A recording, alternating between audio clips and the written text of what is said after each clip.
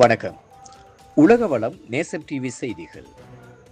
14 வயது சிறுமி பாலியல் துஷ்பிரயோகம், கல்முனை மன்றினால் குற்றவாளிக்கு 30 வருட கடூழிய சிறை.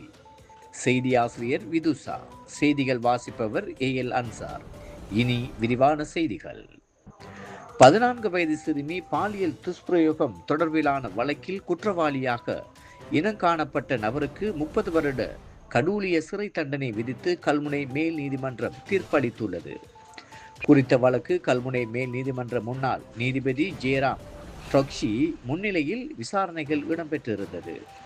திங்கட்கிழமை குறித்த வழக்கின் கல்முனை மேல் நீதிமன்ற முன்னாள் நீதிபதி ஜெயராம் ட்ரொக்ஷியின் தீர்ப்பினை கல்முனை மேல் நீதிமன்ற தற்போதைய நீதிபதி அண்டனி பிள்ளை ஜூட்சன் வாசித்தார்.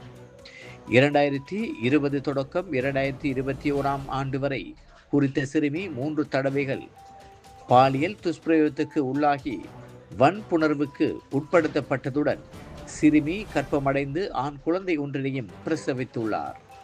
27 வயதுடைய குறித்த குற்றவாளி பாதிக்கப்பட்ட சிறுமியின் சகோதரியின் கணவர் என்பதும் குறிப்பிடத்தக்கது. 2 பிள்ளைகளின் தந்தையும் ஆவார். குறித்த வழக்கு விசாரணைகள் நிறைவடைந்த நிலையில் மேல் நீதிமன்ற நீதிபதி ஜெயராம் ட்ரொக்ஷியின் தீர்ப்பினை கல்முனை மேல் நீதிமன்ற நீதிபதி அண்டனி பிள்ளை ஜூட்சன் மன்றில் அறிவித்தார். மனுதாரர் சார்பில் அரச சட்டவாதி மாதினி விக்னேஸ்வரன் ஆஜராகியிருந்தார். இதன்போது ஒவ்வொரு குற்றச்சாட்டிற்கும் ரூபா 10,000 தண்டப்பணம் விதிக்கப்பட்டது.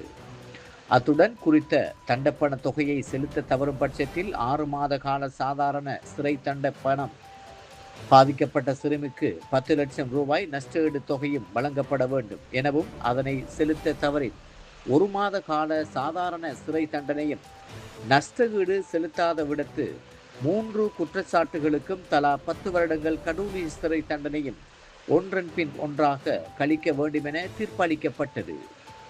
உலக வளம் நேசம் டிவி செய்திகளுக்காக நான் ஏஎல் அன்சார்.